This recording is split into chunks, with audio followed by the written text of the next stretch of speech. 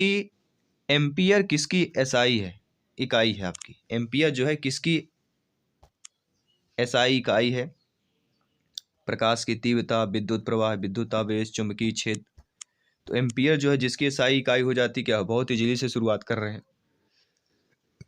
तो हम बात करेंगे विद्युत प्रवाह।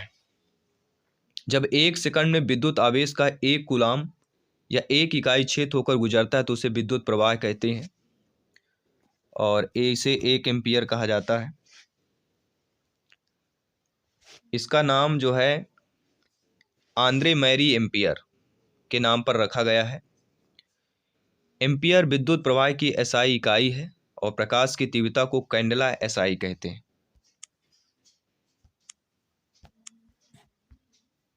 अगला प्रश्न है, शक्ति की भौतिक मात्रा की बीमा क्या होती है? जी हाँ, बीमाएं भी आती हैं, सभी लोग पता है। तो शक्ति की भौतिक मात्रा की बीमा बताना है। तो राइट ऑप्शन यहाँ पे क्या हो जाएगा? वह हो जाएगा M1L2T-3। शक्ति की भौतिक मात्रा का बीमा होता है। बल की बीमा क्या होती है? अगर बल की बीमा आता है तो बल की बीमा होती है M1L1T-2। ये होती है बल की बीमा।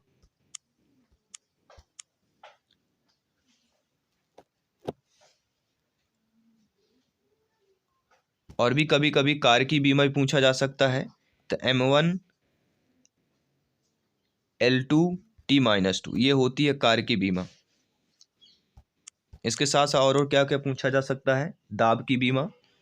तो दाब की बीमा में M1L1L-1T-2 M1L-1T-2 ये होती है दाब की बीमा।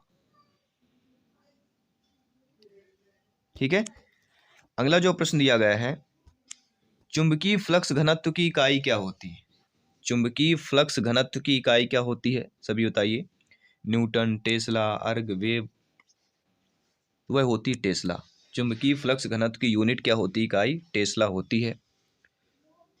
फ्लक्स घनत्व वह चुंबकीय बल रेखाओं की संख्या है जो चुंबकीय क्षेत्र में किसी चुंबकीय बल रेखा के लंबवत तल के इकाई क्षेत्रफल से गुजरती है, और इसका एसआई मात्रक वेबर या मीटर स्क्वायर WB/m² होता है। वेबर मीटर स्क्वायर होता है। और 1 टेस्ला, इसका जो घनत्व इकाई आपका टेस्ला होता है, तो 1 टेस्ला की वैल्यू क्या होती है? 1 टेस्ला की वैल्यू होती है 1 वेबर।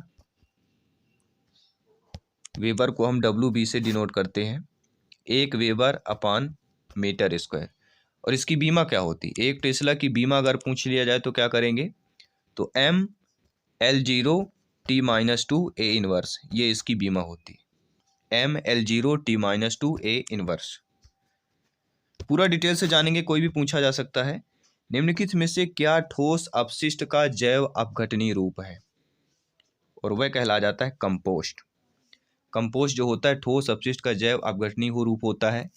ठोस अपशिष्ट को अपशिष्ट जल उपचार संयंत्र, जल अपशिष्ट, सड़ी गली सब्जियां, अन्न सड़े गले पदार्थ, कीचड़ के रूप में परिभाषित किया जाता है।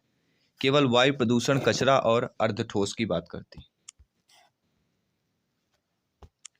निम्नलिखित में से क्या पदार्थ का एक उदाहरण नहीं है? देखिए, पदार्थ के जो उदाहरण होते हैं बादल, आग, बारिश की बूंदें, लेकिन गुरुत्व जो होता है, किसी पदार्थ का विशिष्ट गुरुत्व उसके घनत्व का एक निर्दिष्ट संदर्भ पदार्थ का अनुपात होता है, और यह अनुपात एक शुद्ध संख्या होती है, इसलिए कोई यह आपकी इकाई नहीं होती। अगला प्रश्न है, एक समान तल वाली सीधी सड़क पर नियत त्वरण पर दौड़ने वाली कार के संबंध में इनमें से कौन सा कथन सत्य दिया गया है? प्रश्न को पढ़िएगा। एक समान तल वाली सीधी सड़क पर नियत त्वरण दौड़ने वाली कार के संबंध में हमारा कथन जो सही हो जाता है वह कौन सा हो जाता है? वह कथन हमारा सही है कि कार का वेग निरंतर बदल रहा है। क्या हो जाएगा? कार का वेग निरंतर बदल रहा है, क्योंकि एक समान तल वाली सीधी सड़क पर नियत त्वरण दौड़ने वाली कार के संबंध में कौन सा कथन सत्य होगा? ना तो कार का त्वरण शून्य है, ना ही कार का वेग शून्य होगा, और ना ही कार का त्वरण बदल रहा है। तो कार का क्या बदल रहा है? कार का निरंतर वेग बदल रहा है। इसके बाद अगला प्रश्न है, पृथ्वी की सतह पर पलायन वेग लगभग कितना होता है? जो पृथ्वी की सतह है इस पर पलायन वेग लगभग कितना होता है? सभी लोग बताइए।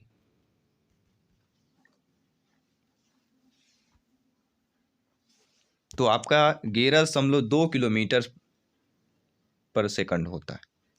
बी ऑप्शन सही हो जाएगा।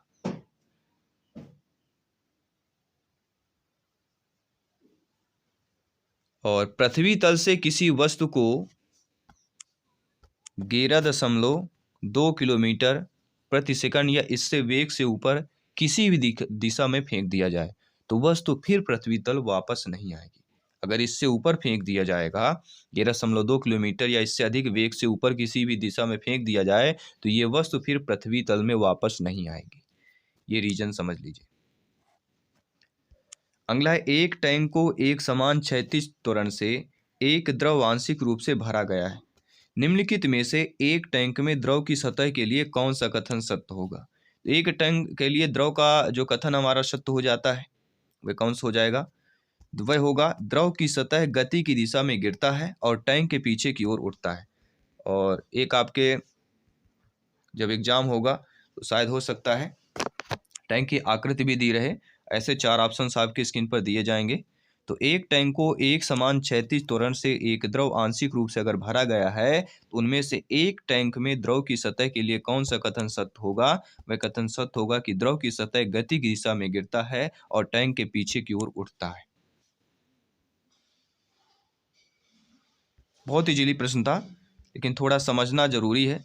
जितना ज़्यादा हम समझते हैं उतना ज़्यादा अच्छा होता है हमारे लिए भी और आपके लिए भी समझने में दिक्कत नहीं होती है। अगला प्रश्न देख लेते हैं।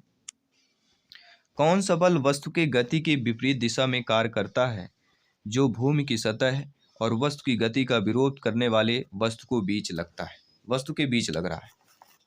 तो कौन सा बल वस्तु की गति के विपरीत दिशा में कार्य करता है जो भूमि की सतह और वस्तु की गति का विरोध करने वाले वस्तु को बीच लगता है? और वह कहलाता है आपका घर्षण बल। घर्षण बल वस्तु की गति की विपरीत दिशा में कार्य करता है जो भूमि की सतह और वस्तु की गति का विरोध करने वाली वस्तु के बीच लगता है। तो घर्षण बल की बात करेंगे। हार्स पावर लगभग कितने वाट के बराबर होता है? कहते हैं ना इतने हार्स पावर का मोटर है। कहते हैं ना कोई भी मोटर हो तो ये हार्स पावर लगभग कितने वाट के बराबर होता है? सभी बताइए। बहुत इजीली प्रश्न है।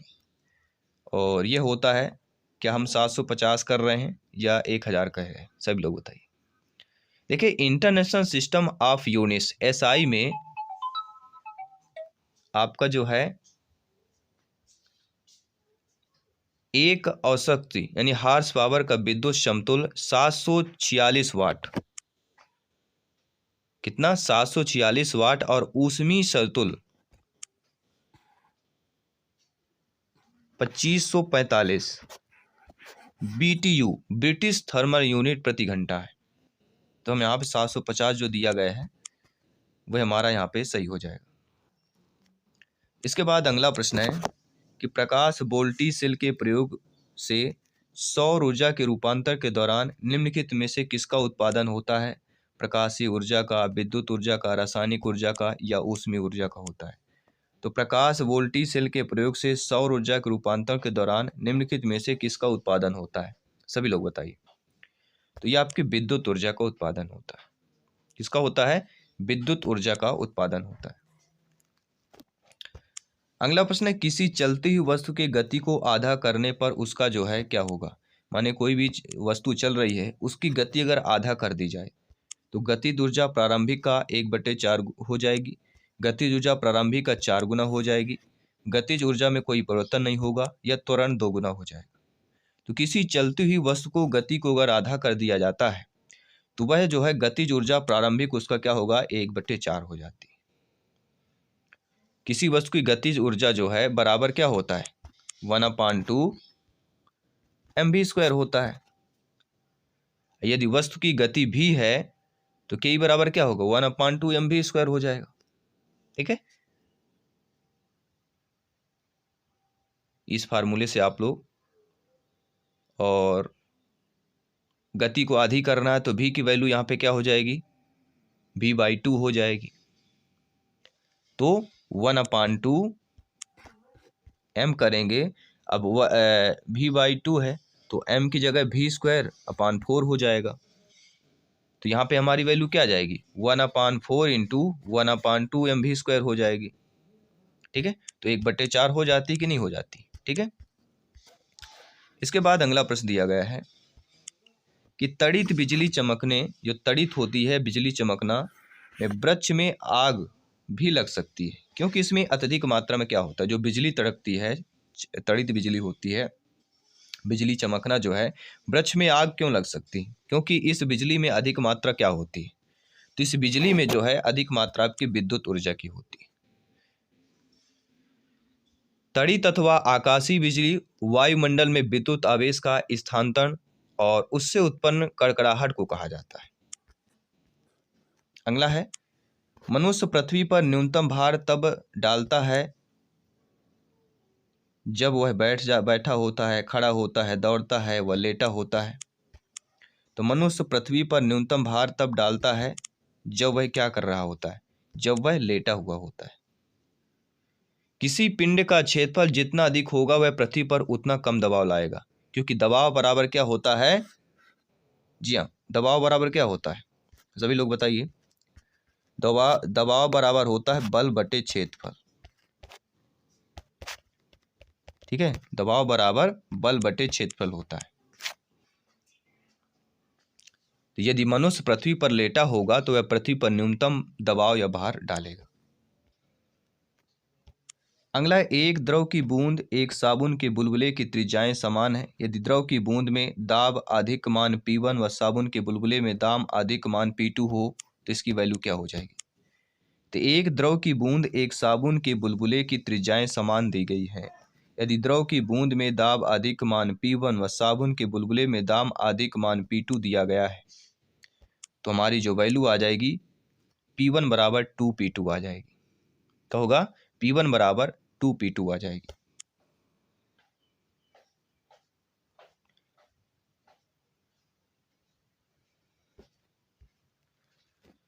अगला प्रश्न है, दाब बढ़ाने पर बर्फ का गलनांक क्या होता है। अगर आप दाब बढ़ाते हैं तो बर्फ का जो गलनांक है वह क्या हो जाता है, तो बर्फ का जो गलनांक होता है वह घट जाता है। एक ऐसा ताप जिस पर ठोस पिघलकर द्रव में बदल जाता है उसका उसे गलनांक कहते हैं। और बर्फ का गलनांक वायुमंडलीय दाब पर आपके 0 डिग्री सेल्सियस का होता है और बर्फ इस ताप पर जल में परिवर्तित होने लगती है। तो बर्फ पर दाब बढ़ाने से उसका गलनांक क्या होगा, घट जाता है। इकाई सतह क्षेत्र पर लंबवत वाला बल निम्नलिखित में से किसे परिभाषित करता है। तो इकाई सतह क्षेत्र पर जो लंबवत लगने वाला बल होता है वह किसे परिभाषित करता है, तो वह आपके दाब को परिभाषित करता है।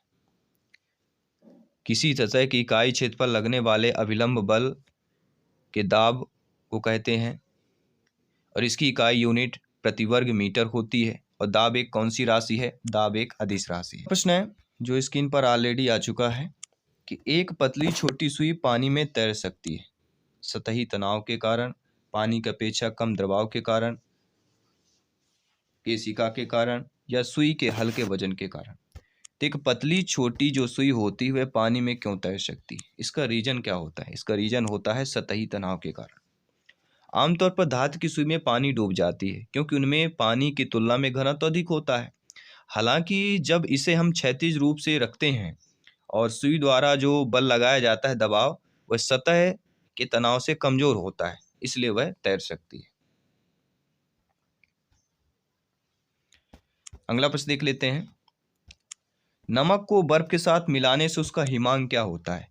तो नमक को जब हम बर्फ के साथ मिलाते हैं तो उसका हिमांक क्या होता है, घट जाता है, क्योंकि क्लोराइड लवण बर्फ को पिघालने में एक एजेंट का कार्य करता है और यह बर्फ पानी में घुलनशील होता है, जिसके परिणाम स्वरूप हिमांक 0 से नीचे आ जाता है। वह तापमान जिस पर सेंटीग्रेड एवं फारेनहाइट पैमाना समान होता है, ऐसा तापमान जिस पर सेंटीग्रेड और फारेनहाइट का पैमाना जो है दोनों समान होता है, और वह कहलाता है -40 डिग्री सेल्सियस। जी हाँ, -40 डिग्री सेल्सियस एक ऐसा ताप है जो डिग्री सेंटीग्रेड और डिग्री फारेनहाइट के समान होता है।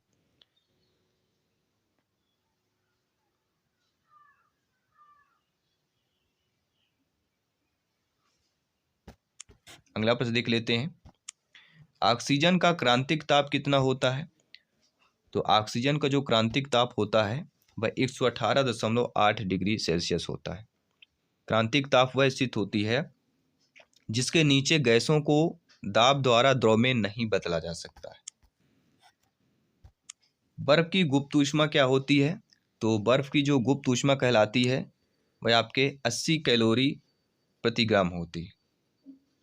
बर्फ की गुप्त ऊष्मा जो कहलाती है 80 कैलोरी प्रति ग्राम होती है। अगला प्रश्न है, निम्नलिखित कथनों को पढ़ें और विकल्प को चुनना है। पहला कथन दिया गया कि एक ट्रांसफार्मर एक उपकरण है जिसका उपयोग विद्युत ऊर्जा के विद्युत शक्ति संचरण में किया जाता है और विद्युत चुम्बकीय प्रेरण और पारस्परिक प्रेरण के मूल सिद्धांतों पर कार्य करता है। पहला ही ऑप्शन यहाँ पे सही दिया गया है कि जो ट्रांसफार्मर होता है वह एक उपकरण है जिसका उपयोग विद्युत ऊर्जा के विद्युत शक्ति संचरण में किया जाता है और विद्युत चुम्बकीय प्रेरण और पारस्परिक प्रेरण के मूल सिद्धांतों पर यह कार्य करता है। इसके साथ साथ जो दूसरा दिया गया है, उपयोग किए गए कोर के माध्यम के आधार पर ट्रांसफार्मर को ए स्टेप अप ट्रांसफार्मर और बी स्टेप डाउन ट्रांसफार्मर के रूप में वर्गीकृत किया गया है। तो हमारे दोनों जो ट्रांसफार्मर के बारे में कथन दिए गए हैं तो दोनों कथन हमारे सही है। तो यहाँ पे जो पहला ऑप्शन दिया गया कि ए सही है और 2 सही है, बिल्कुल सही बात है, ये और दोनों सही है, इसलिए हमारा पहला ऑप्शन यहाँ पे सही हो जाएगा। इसके बाद हम बात करते हैं आपके अगले प्रश्न की।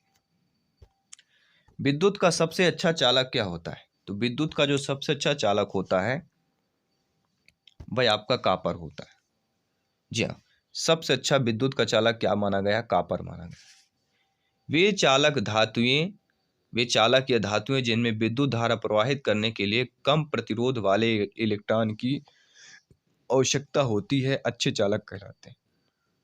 सिल्वर, कापर, एल्युमिनियम ये अच्छे चालक हैं और सिल्वर विद्युत का सबसे अच्छा चालक होता है। अगला प्रश्न है, एक तांबे के तार का व्यास 0.5 mm और प्रतिरोधकता 1.6 × 10⁻⁻8 ओम एम है, तो इसके प्रतिरोध को 10 ओम बनाने के लिए तार की लंबाई क्या होगी? देखिए, तार का व्यास डी की वैल्यू हमारी क्या दी गई है? 0.5 mm दी गई है।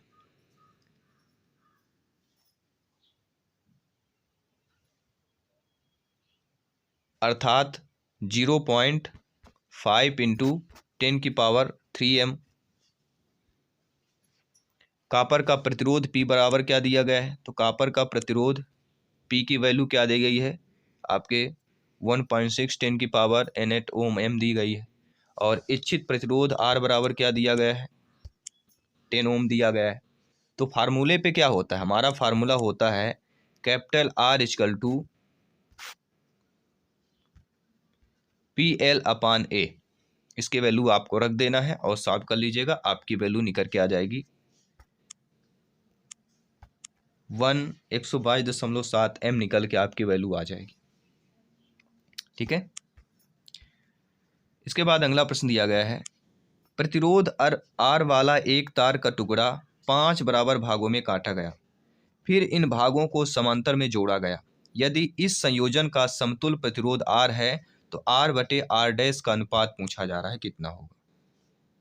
प्रतिरोध R वाला एक तार का टुकड़ा 5 बराबर भागों में काटा गया है, फिर इन भागों को समांतर में जोड़ा गया है। यदि इस संयोजन का समतुल्य प्रतिरोध R' है तो R/R' का अनुपात पूछा जा रहा है।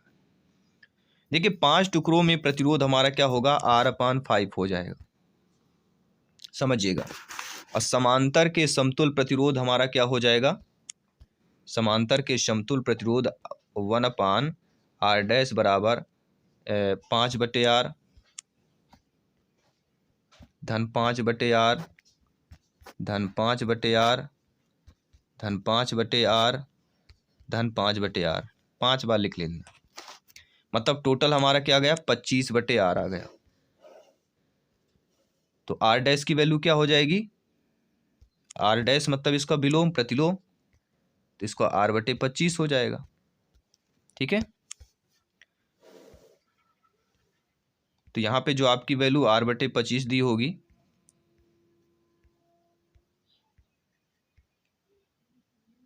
अब देखिए यहाँ पे क्या वैल्यू दी गई, 5, 1/25, 1/5 और 25 दी गई। ठीक है, तो 1/5 जो दिया गया है,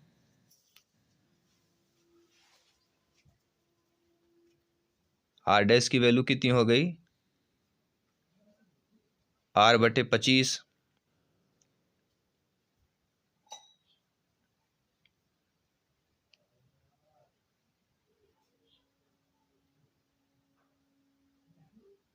और आर डैश की वैल्यू पूछा जा रहा है, तो r/25 किस में दिया गया है।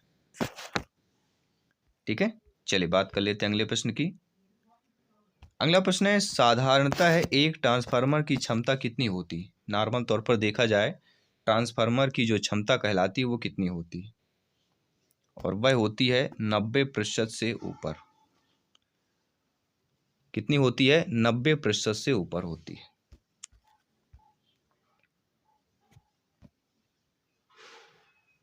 अगला प्रश्न देख लेते हैं क्या दिया गया है। प्रतिरोध वाले दो तारों के पैरेलल में जोड़ा गया है और समकक्ष प्रतिरोध क्या हो सकता है। प्रतिरोध वाले दो तारों को अगर पैरेलल में जोड़ा गया है और इसके समकक्ष प्रतिरोध क्या हो सकता है। इसके समकक्ष प्रतिरोध लघुत्तम सदस्य से कम हो सकता है। क्या हो जाएगा, लघुत्तम सदस्य से कम हो जाएगा।